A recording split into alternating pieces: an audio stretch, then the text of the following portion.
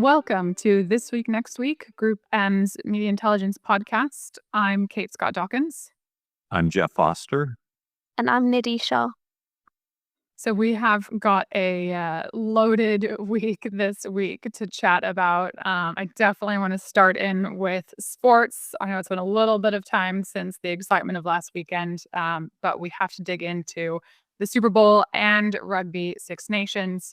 We're going to chat about European broadcasters. We've got economics again from Europe and the US, and then a slate of earnings to cover still again, and some M&A news. We got Fox, Google, Nestle, Unilever, Hershey, our composite of digital endemics, tech and gaming. I'm out of breath over here. Yeah, it's been a busy week to say the least. Well, let's get straight to it then. I did watch the Super Bowl. Jeff, I know you're a big sports fan. Nidhi, did you see any of the game? I did not, no. It was about 11 o'clock my time. So unfortunately, I did not manage to see it. Fair enough. How about the rugby? Did you watch the rugby last week? I did, and it was a very close win for England. Oh my gosh. So good. I mean, better than the Super Bowl game by far. It ended up being a bit of a blowout by the Eagles. And the England game and came down to the last minute. It was a 1-point victory.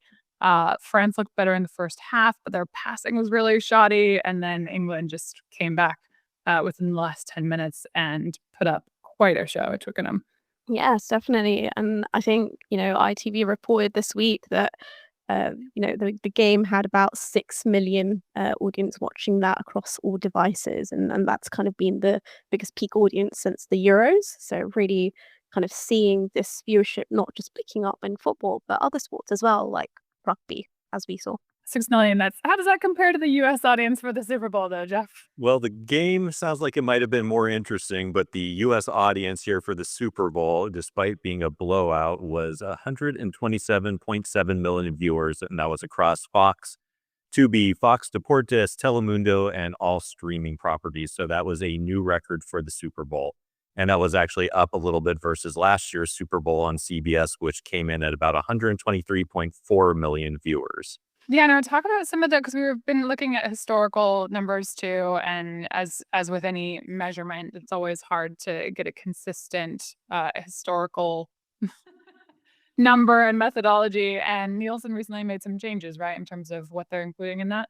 Yeah, so Nielsen changed their methodology about counting out-of-home viewers, mainly people in restaurants and bars. So there definitely has been a spike in the last few years and a spike in this last Super Bowl. When you look at historically, it was about 110 million viewers, was pretty consistent leading up until the new changes in methodology. So when you factor that in, you could say that there was a decent chunk of out of home viewing for this last Super Bowl.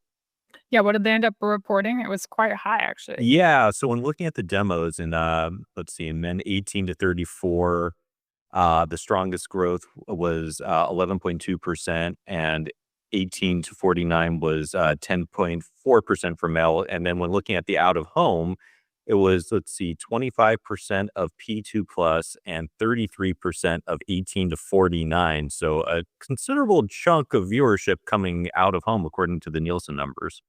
I mean, to me, the Super Bowl, and I watched both the Six Nations and the Super Bowl at home. The weather was not great, not terrible, not great here on the West Coast, but I don't know a lot of people who were out. I think we should get folks to comment wherever you listen to this podcast. Comment and let us know if you were watching at home or out at a bar, restaurant, or somewhere else. And see if we get a sample size where we can compare that to the Nielsen numbers. Yeah, I agree. Anecdotally, that does feel high, but maybe I'm just maybe I'm an outlier here. Yeah, it's all those fun single people in that 18 to 49 set going out, the Exactly. 33% of out-of-home viewing. I think it's also interesting to note that Tubi simulcast broke the Super Bowl streaming record, so it reached about 15.5 million peak concurrent streaming viewers, and it had a 13.6 million average minute audience. So pretty sizable numbers on the streaming side. I mean, that's where we watched because I haven't had cable in more than a decade. So I was one of those people. But let's talk money. Sure. because this year was another big year for Super Bowl ad revenue as well. Yeah, so current in-game revenue is estimated to be around $675 million, which is probably one of the biggest revenue days ever in the history of television. So quite sizable number there. And that's even against last year, which had the overtime ads as well. Correct. Yeah, last year we had a little bit more since we went to overtime. So when you factor that in, this was quite impressive. Yeah. So we did a little analysis, and we'll share that as well of looking at the categories and the advertisers that were present in this year's Super Bowl. I mean, noticeably absent after they spent a sizable amount the last 2 years was Temu. So no Temu this year, no TikTok. Looking for an appeal to the American public, and very few autos beyond. Really, not really any autos beyond the Stellantis, brands there. So those I think were some of the most notable absences. Biggest newcomer was OpenAI, which is exactly what we have been predicting and saying in terms of this new cadre of AI endemic companies starting to come in as the next wave of large advertisers globally. So I was very keen to see that. Yeah, that was a great commercial creatively. I think that got a lot of buzz, just knowing people were talking about that one. That seemed to be very popular. Yeah. So, I mean, good investment, right? We've done analysis at Group M in the past looking at, yes, a Super Bowl spot may cost $7 million, but in terms of the reach and the word of mouth around it, you would have to buy, hundreds of primetime spots to generate the same kind of reach or GRPs. So, in that sense, it can be a good deal for brands. They have a very, a good specific goal that's going to help them achieve. Exactly. In terms of categories, I already mentioned new AI endemics and autos were down. CPG were up. So when we look at I'm going to explain how we look at the total duration of ads, so total seconds assigned to categories. And then what we've done for both last year and this year is pulled out the NFL spots and we've pulled out the media owner spots. So last year we pulled out anything CBS related, and this year we pulled out anything Fox related, just to get a more apples to apples comparison of everyone else who advertised. So CPG brands went from 20% share last year to 26% share this year, so considerably up. Digital endemics, which we're going to get into a little bit later in the podcast, were down from 26% 23% share of total ad minutes. And then financial services down, media entertainment down a little bit, technology significantly up from 2% to 7% share. And then telecom down, travel and leisure up just a little bit. So it gives you a sense of maybe again who are going to be some of the standout growth categories for this year when we look at advertising in general. Kind of a good bellwether maybe for the start of the year. Yeah, I think that's right. I mean, the Super Bowl kind of sets the tone for the rest of the year, and I think this would gives us some pretty good insight to what to expect. So, speaking of broadcast, Nidhi, let's talk through some of those European broadcasters that reported this week. Yeah, so M6 and TF1 reported this week. M6 having a group advertising revenue declining about 0.5% for the full year, with video advertising seeing a bit of a modest growth of 0.8%. And really, the story here is around sports, really. The momentum in the linear advertising market was kind of weaker towards the second half of the year, following the huge popularity we saw, especially with the Euros and the Olympics as well. And TFR kind of echoing that trend, but albeit at a better growth rate. Total advertising revenues grew about 2.4% for the full year, but we noted declines in the fourth quarter of about 2.3%. And really, when we're looking at the T1Y forecasts in December, we saw that digital and out of home ad revenues were estimated to grow faster than TV for 2024 in the year that the Paris kind of hosted the Olympics. And in terms of the future of TV, we expect a decline for 2025, further dragged down by the linear declines, and struggle to see that growth really realizing throughout 2029. I think streaming, definitely the story around the globe being pivotal. The company, TFR, mentioned about increasing ad loads to 6 minutes per hour by 2027. And I think my key takeaway was the amount of content spend. So, growing by 2.7% and accounting for about 42% of total revenue. Now, when you look at some of the global players in nominal terms, the actual amount is quite lower than some of the global kind of players we're seeing in the space. But Kate, is that share kind of similar to some of the US companies you're seeing?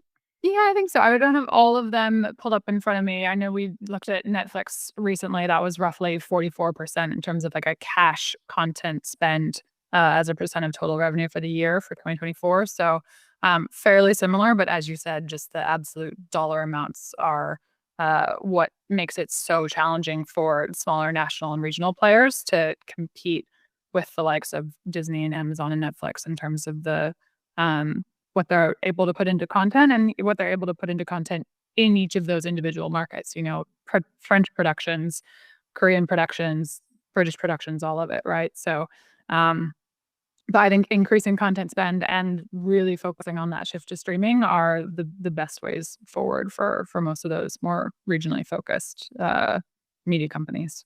Let's head into the economic picture.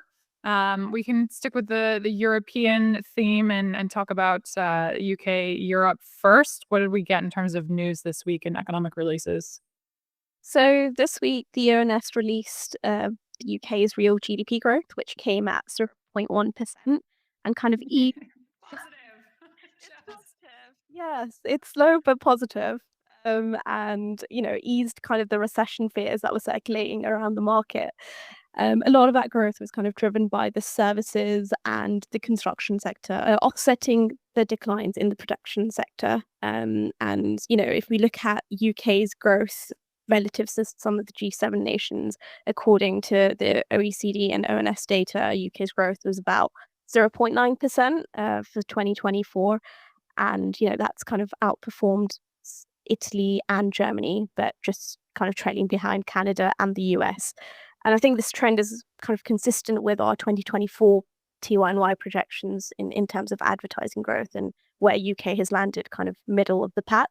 And really looking ahead into 2025, if we're talking of advertising, our estimates place the UK alongside the US as the second fastest growing advertising market within the G7, both projected to grow by 7%.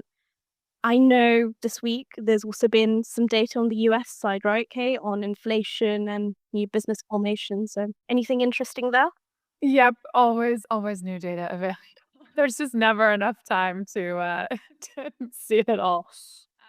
Yes, so we had CPI, Consumer Price Index, kind of surprise uptick for folks actually over the last 12 months. The All Items Index increased 3% before a seasonal adjustment, so that's the unadjusted number. Shelter, fuel, and food all contributed to that, with shelter being a major part of it. So you mentioned construction. I mean, the U.S. also is in dire need of more housing, so that's continuing to push up prices here. The indices for apparel, personal care, and household furnishings were among the few major indexes that decreased in January. But really, this is a sort of theme that we've been talking about for some time, which is we have expected rates to stay higher for longer in the U.S. It's going to put some pressure on business investment for those, without the deeper pockets to invest regardless of higher interest rates. Continued pressure probably on auto loans with those interest rates staying higher for longer. And auto insurance was actually one of the categories that was up and continues to be up with more technologically advanced cars and more expensive cars. So that said, retail sales, we just got January figures for US retail sales, up 4.2% versus the prior January. So there's a lot of headlines in the news talking about the decline. That's a month-on-month decline. So yes, it was down from December. Yes, that was the first decline from August. But if we're looking at it on a year-on-year period, so a consistent month, January versus January, that retail spending was still up by more than inflation, right? Up 4.2%. Food service and drinking places were up 5.4%, even in a January that was, by all accounts, pretty bad weather-wise across much of the U.S. So in that sense, the American consumer continues to trudge on, I suppose. Again, supporting some of that 7% growth. I will say the one thing, looking at new business applications, businesses are ultimately the buyers of advertising, right? So we tend to pay a lot of attention to competition in the market, what's happening with new companies coming in. Again, that OpenAI is a great example of new businesses that are now large enough to be spending significant amounts on advertising. The very beginning of those levels are new business applications. So we tend to watch what's happening there. And those new business applications in the US were down 12.3% in January from the previous year. It's the lowest number since December of 2020. So that I thought was a pretty stark sort of notice of maybe the business confidence, the environment to start new businesses, not feeling as healthy in January as it has previously. Yeah, it seems to feel that way. And speaking of businesses, Fox acquired a new business recently. Fox again in the news. They acquired, Jeff? oh, they acquired a company called Red Seat Ventures. So Red Seat Ventures specializes in right-leaning podcasts and live events. So they provide ad sales, marketing, and production support for digital content creators from major conservative voices. Some of the bigger personalities include former Fox News personalities, Tucker Carlson, Eric Boiling, Bill O'Reilly, and Megyn Kelly. They also work with Chris Hansen and Nancy Grace, who do a little bit more of the true crime type of genres. In November, Red Seat claimed to have a reach of 200 million users across its 17 podcasts. So I thought this was an interesting acquisition. Fox has been hinting for a while that they were looking to make some acquisitions in this upcoming year. It's also very interesting to note that this is going to be housed under the Tubi division and not the Fox News division. So I think that was interesting, kind of gives you a little signal of what their strategy is with this. Might signal that as podcasts and video podcasts continue to grow in popularity, this could be great content to put on the streaming side. I mean, maybe they all just get together and talk about how they could make our lives more difficult. Like Daniel Ek from Spotify and Lachlan Murdoch, they're all in a room, and Neil Mohan from YouTube, and they're like, how can we make it harder to classify media? I know. Let's Podcasts and video podcasts. let's take audio podcasts and give them the video component, and then what category will that fall into? This is my own personal conspiracy theory. Yeah, no, I mean, makes total sense, right? It's great fodder for content. We've seen in the past things that were podcasts like Dirty John get turned into, full-blown series. So there could be that element as well, right? Where they're looking at this as a feeder for content in the future. Plus, we have seen continued growth from podcast revenue across U.S. audio companies as well. Spotify's leaning in a huge way. So I mean, I think that makes sense for them, right? Yeah, no, I do too. And I thought it was also interesting to note that Red Seat also owns CrimeCon, which is a large true crime convention. So kind of getting into more of the live event and experiences space. So, I mean, we're going to have a TY and Y this year, next year category for events in future. Because, I mean, that's where the magazine industry is headed as well, right? Yeah, it definitely seems to be heading that direction, more experiential. You look at the success of BravoCon and obviously Comic-Con, which has been around for a long time, but definitely seems to be a trend that is not going away. All right. Well, I mentioned Neil Mohan at YouTube. We had so much in last week that we didn't get to Google, but we're going to remedy that right now and dig into the world's largest seller of advertising. So let's have a chat about it. I mean, lots of AI on Focus, obviously. Lots about AI overviews and how that's powering all of their advertising services. And then plenty on YouTube as well. Jeff, what were some of your key takeaways from that? So very interesting to note that annual subscription revenue reached $15 billion. So that includes services like YouTube TV, Google One, and their cloud storage offerings, which is quite another sizable business. And also, speaking of podcasts, that Google mentioned how their early investments in podcasts are paying off. Google is the most frequently used service for consuming podcasts in the U.S., according to a recent Edison report that the management cited. People watched 400 million hours of podcasts each month in living room devices alone. So again, just showing you the massive popularity of podcasts and video podcasts. I think might have been a tipping point with this. The last election season, podcasts were all over the news, and I think it's just becoming more and more of a genre, if you want to call it that, or a type of content that people seem to love. Yeah, total advertising has continued to grow. So the 23 figure was 6% for total Google advertising. This year, 2020, well, end of 2024, it was up to 11%, probably roughly about the same, 11% on a constant currency basis. And so really performance coming from YouTube ads at plus 15% for the year, 16% probably in about constant currency for YouTube. Google search and other also up. As we've said, we upgraded our this year, next year forecast for search in terms of the continued innovation around AI and competition there. And 2024 was up 13% as reported for Google search and other as well. So definitely seeing a strong year for Google, which is consistent with what we'd seen across some of those other larger digital platforms as well, Meta, Snap, and similar. So yeah, and pretty broad-based regional growth as well, right, across the US, EMEA, APAC, and then other Americas. APAC, the slowest of those, but still 9% for the quarter, and just about 10% for the year in total. And then obviously they talked about their planned investment for AI in 2025, up to $75 billion, which is a pretty sizable jump from where they finished 24 at 52.5. So yeah, further investments in AI coming. Exactly. And then also, speaking of Google Alphabet, the YouTube CEO Neil Mohan put out his annual letter. So some really interesting items in there. That TV has now become the primary platform for YouTube consumption versus mobile. So viewers watch over 1 billion hours of YouTube content on TVs daily. So that's just a mind-boggling number when you just think of how popular YouTube has become. And especially, it's almost become second nature for most people just to watch it on a large TV screen now. It's a big deal, right? I mean, it's overtaken mobile in the way that Americans consume YouTube. And that's exactly why we made the change last year.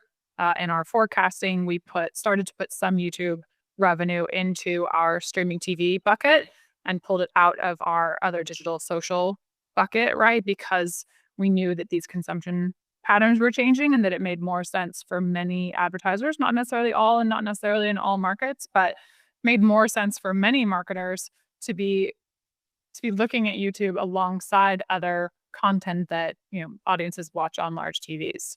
Yeah, exactly. The lines continue to blur. And I think especially when looking at some of the creators on YouTube, I mean, the production value is even higher than some broadcast television shows. So I think that's translating into the amount of viewership hours that they've been reporting. Yeah, no, I mean, there are certainly some cases where you may put on something on YouTube and just let it run and there's no one watching. But, there's been recent reporting in the news about Netflix being aware that also happens on their, channels and programs. So I think that's a behavior that we see more broadly across lots of TV viewership. Yeah, and keeping up with those trends, it was interesting that YouTube definitely emphasized how they're going to introduce more advertising formats that are customized to TV, such as QR codes and pause ad, which I know I've definitely been seeing when I watch YouTube. And these changes are going to be huge for creators because I think it just gives them more opportunities and advertisers, more avenues and different ad products. That makes sense.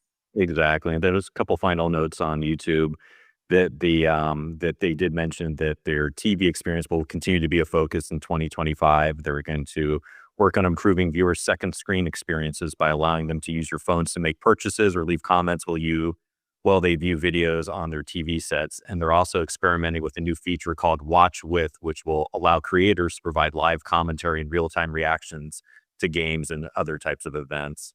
Right. So the reaction videos of the reaction videos of the Right, okay. reactions. So I think this is, yeah, we're dipping our toes into like, the Inception movie of a dream within a dream within a dream. It's totally, totally. All right, let's move on to something tangible that we can physically touch and eat. We're going to talk about CPG. We had a few of the major CPG advertisers reporting, most notably sort of Nestle and Unilever. And I'll talk about Hershey as well because Nestle and Hershey definitely both impacted by continued cost of cocoa, all three facing cost inflation.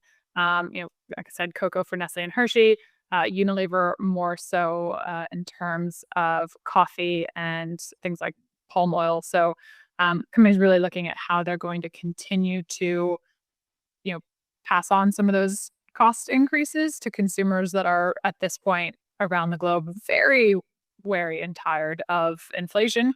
So that's top of mind. I think part of that solution is from listening and then reading through some of these transcripts is continued investment in branding and marketing in order to make the case to consumers, right? Of course, they're also all looking at things like efficiency, right, in terms of combating the other half of that, and then portfolio optimization as well. Now, we did get some specific notes on advertising investment too, but I'm going to go through the companies and talk a little bit about growth first. So Nestle, full year organic growth, 2.2%, led by coffee, confectionery, and pet care. They said they were looking at a goal to reach 9% of sales in advertising and marketing expenditure by the end of 25. So that CPG space has been seeing quite a bit of growth in terms of advertising investment. And so, this is now a point where it's really being called out and talked about on these calls, called out for analysts to make sure that they understand how much these companies are investing in and putting money behind these innovation and commercialization goals. Unilever, slightly better. They had underlying sales growth of 4.2% for the year. Beauty and personal care were the best performers. Mid-single digit growth in Europe and the Americas. Looking at let me find my quote on the advertising because here we go. We increased brand and marketing investment by 120 basis points to 15.5% of turnover, an increase of 900 million euros. All additional investment was concentrated in our top 30 brands behind a much more focused innovation program. Our brand and marketing investment has been the highest percentage of turnover in over a decade, with an increase of 250 basis points or 1.6 billion euros over the last 2 years. So that's roughly doing the math. And now Unilever is not one that historically discloses a advertising figure for us like some of the other CPG companies. So when we get these little nuggets of information, it's very exciting.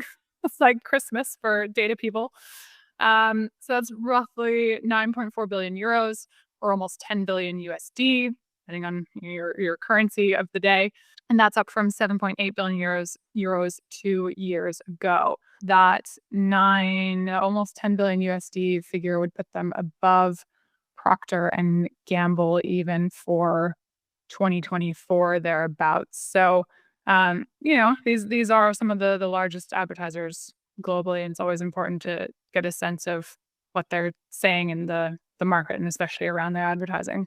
The other one was Hershey, definitely feeling the pressure from cocoa prices there, and also talking about things like leveraging automation and AI-driven productivity. So it's seeping in everywhere, prioritizing their brand investment in 2025, with media spend expected to grow ahead of sales. So again, really investing against branding and marketing, again, in general, and because it's a competitive marketplace in that right now in this current era, and also I think in terms of helping convince consumers that it's worth paying for, and ultimately, hopefully, more able to pass on some of those cocoa price increases as well.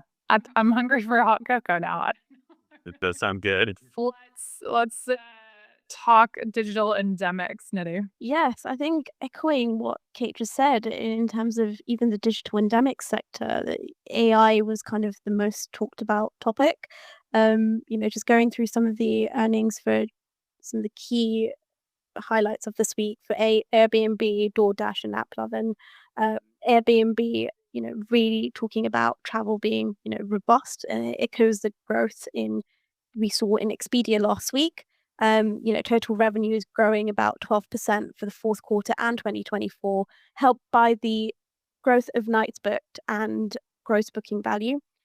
Quarter one revenue, they said they expect that to be robust, about 7 to 9% excluding FX.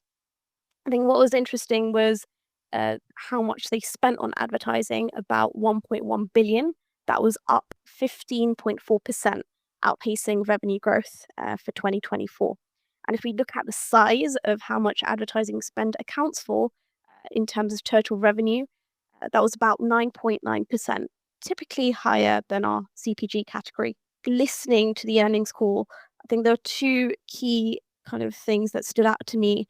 First, when management was asked about the advertising business and if they had any plans to follow that, like, their peers have, like bookings, they mentioned about that being a significant revenue opportunity, but not a priority for this year, but definitely on the horizon. So, speaking to some of these digital endemic players, getting into the space of, expanding into advertising, as revenue margins quite lucrative in that area, as well as, diversifying into that space. The second point was also on AI. Airbnb focusing on an AI-powered customer support goes back to, how we've mentioned in T1Y about the agentic kind of AI space and the trends that are likely to happen. And this will kind of be rolled out later in the year. And they mentioned that the goal is eventually to integrate AI into the Airbnb search platform. Search everywhere, AI everywhere, advertising everywhere. I do feel like we should look at our entire composite. I mean, altogether, we track more than, I think, 200 companies, right? It's a ridiculous number. It'd be really interesting to see how many of those are not just buyers of advertising, but also sellers of advertising. I actually reckon it's a pretty significant share when we look at retailers, financial services companies, media owners, technology companies, all the digital endemics. So that's a really good note. I'm interested that they were asked about that specifically. Who else did we have? Yeah, so we had DoorDash, and that also follows its peer, right? Uber reporting very strong results, growing about 24% in the fourth quarter. And what this really indicates is a kind of healthy appetite from consumers for the last mile delivery services, not just in the US, but also, internationally as well. They've had strong growth in both sort of markets. I know, Jeff, you listened into the earnings call. Was there anything interesting on Yeah, that? there were a few interesting things I picked up on too. The gross order value surged 21% to $21.3 billion, which I'm just thinking about $21.3 billion worth of delivery orders. I can't even wrap my head around all that. It's a lot of food. It was fueled by strong core restaurant operations, and the management also cited ad revenue growth as well. And it was also interesting to see that DoorDash posted its second profit since its 2020 IPO, and net income hit about 141 million, which was a lot better than last year's fourth quarter loss. So I think there's a lot of questions, coming out of the pandemic, if these services were a fad or if they're here to stay or what usage level is going to be. And I think it's looking clearer and clearer that it's just a part of everybody's habits, internationally, especially here in the U.S., that people are addicted to meal delivery services. Well, yeah, in APAC, where you have quick commerce providers that are, I think in some places it's like 15-minute delivery, 30 minutes. It's super fast where you have those dense populations in major cities. So, yeah, I mean, I think that's absolutely true. I am just still sitting here chuckling to myself because of the Nate Bargatze Super Bowl ad. That was a very good one. Yeah. Awesome. And then we had AppLovin as well, right? Yes, we did. I think the interesting again, this idea of advertising and becoming kind of a new revenue stream for some of these digital endemic players. AppLovin had advertising revenue grow about 77%, reaching 3.2 billion in 2024. Massive. Uh, the company mentioned a lot in the earnings call about expanding its focus beyond gaming to serve advertising and kind of being, in that space to offer something like premium YouTube offering. Quite big on advertising. It captured meaningful holiday shopping advertising dollars for the first time, which I thought was very interesting, with significant contributions from e-commerce advertisers. And going into quarter one, they had an outlook of the advertising business hitting about the 1 billion mark as well. So really, really meaningful in terms of their revenue. I know they had an announcement as well on selling the gaming studios when the business was right. Yeah, they talked about selling gaming studios roughly $1 billion, a little bit less than that. And I think then I guess really focusing on being that services provider and sort of the pipes rather than actually owning the studios.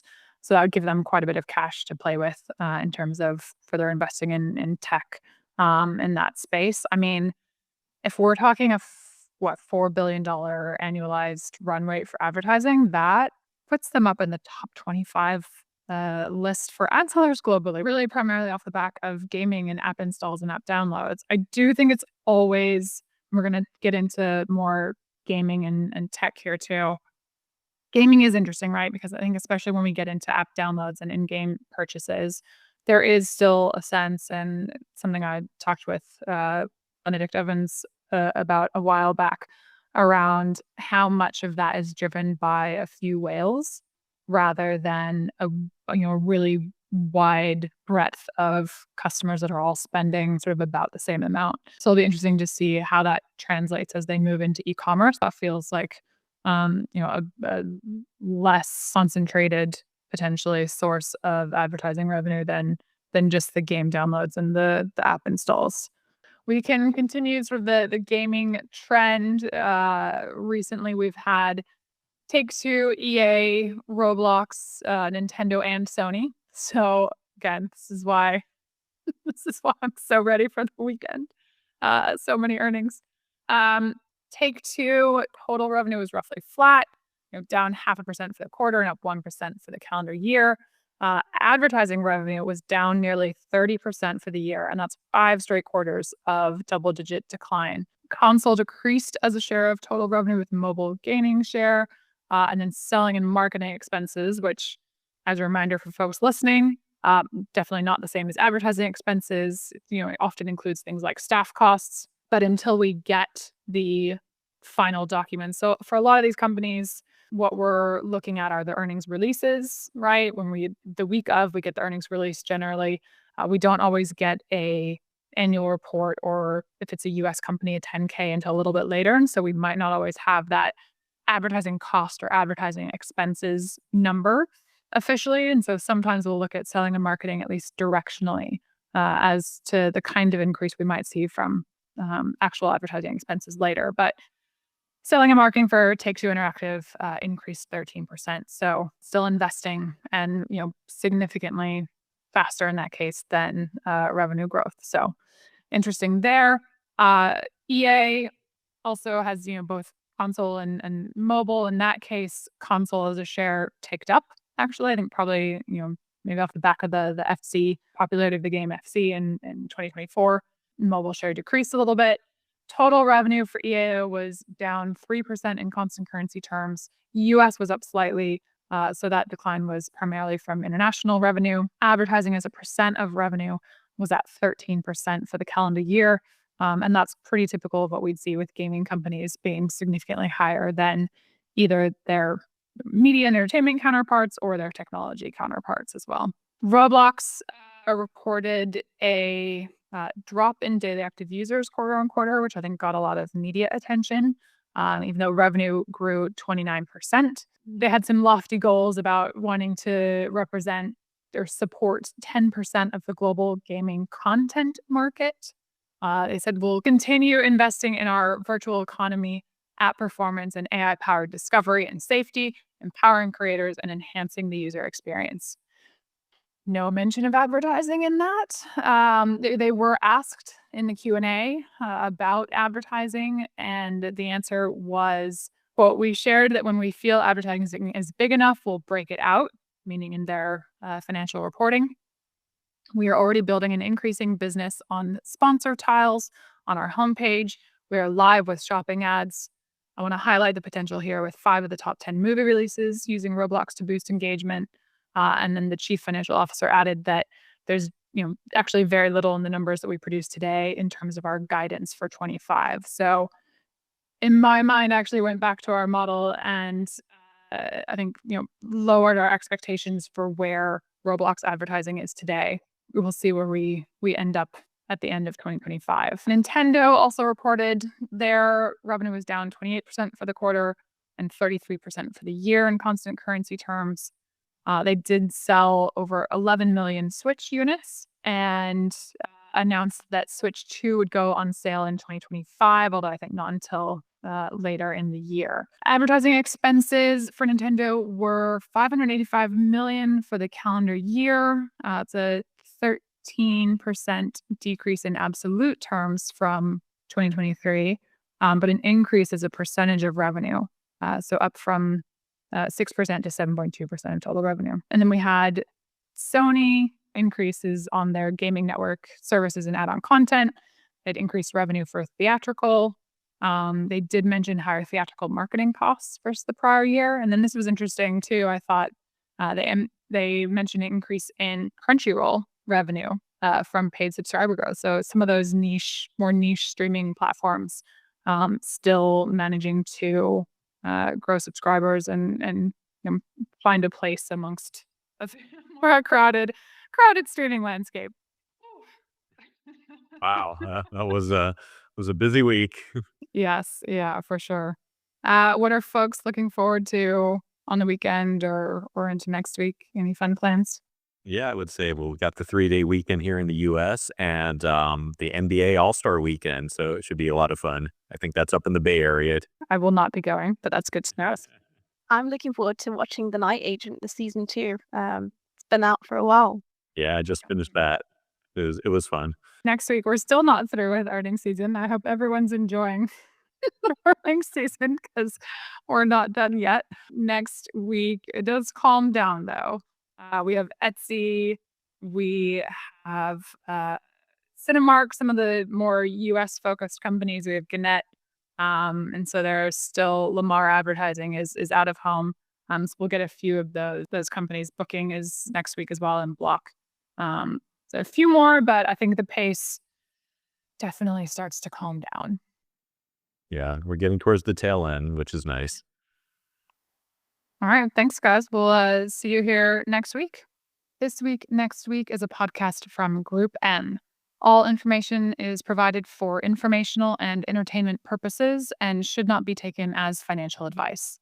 If you have questions or suggestions for a future episode, please email business.intelligence@groupn.com.